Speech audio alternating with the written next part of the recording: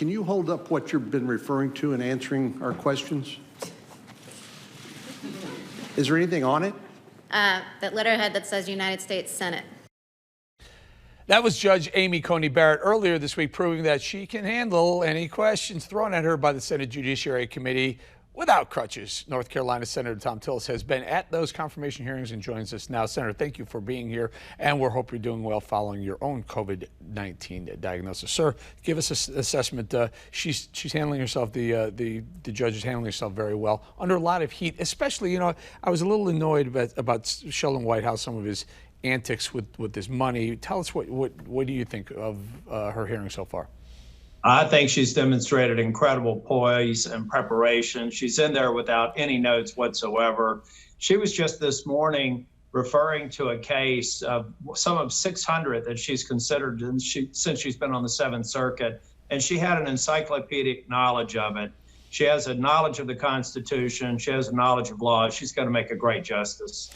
Listen, I'm a conservative, and I've always pushed, and I think one of the biggest pushes for Donald Trump was to put conservative judges on the high court. I didn't love the way it went down with Brett Kavanaugh. I just didn't like his answering of the questions. She seems a far more difficult opponent to the Democrats than Brett Kavanaugh was.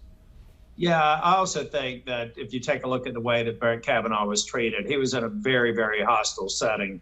They're using different tactics to attack her. We're watching everything on social media, but I think that they're approaching this in a far more professional manner. But all the questions she's answered, and then they're asking her questions they know that she can't. They say that they don't want her to be an activist judge, and then they give her a long list of decided precedents from the Supreme Court that they want her to overturn.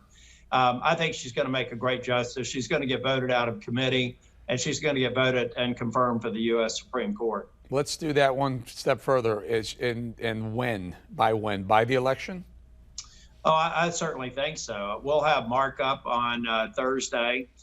We will vote her out of committee next week at the latest, and then she'll be eligible for full consideration of the Senate in the last week of October, and I expect that to be a successful vote for confirmation. Very good. So you're in a head-to-head battle in North Carolina for that Senate seat. Tell us what's going on. Cal Cunningham had some problems earlier, I guess, in the month. What's the state of the race?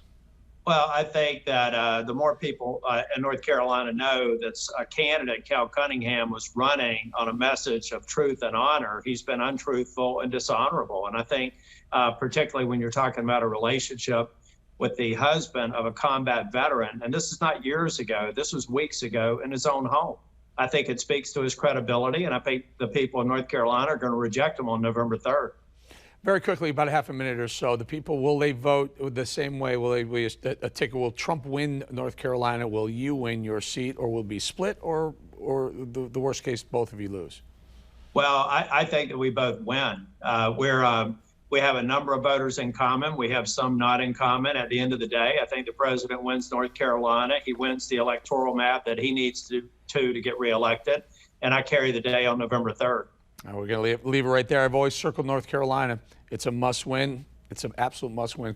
For me, the road to the White House goes through North Carolina. Thank you very much, Senator Tom Tillis. Thank you for your time. Thank you, Eric. Good to see you again.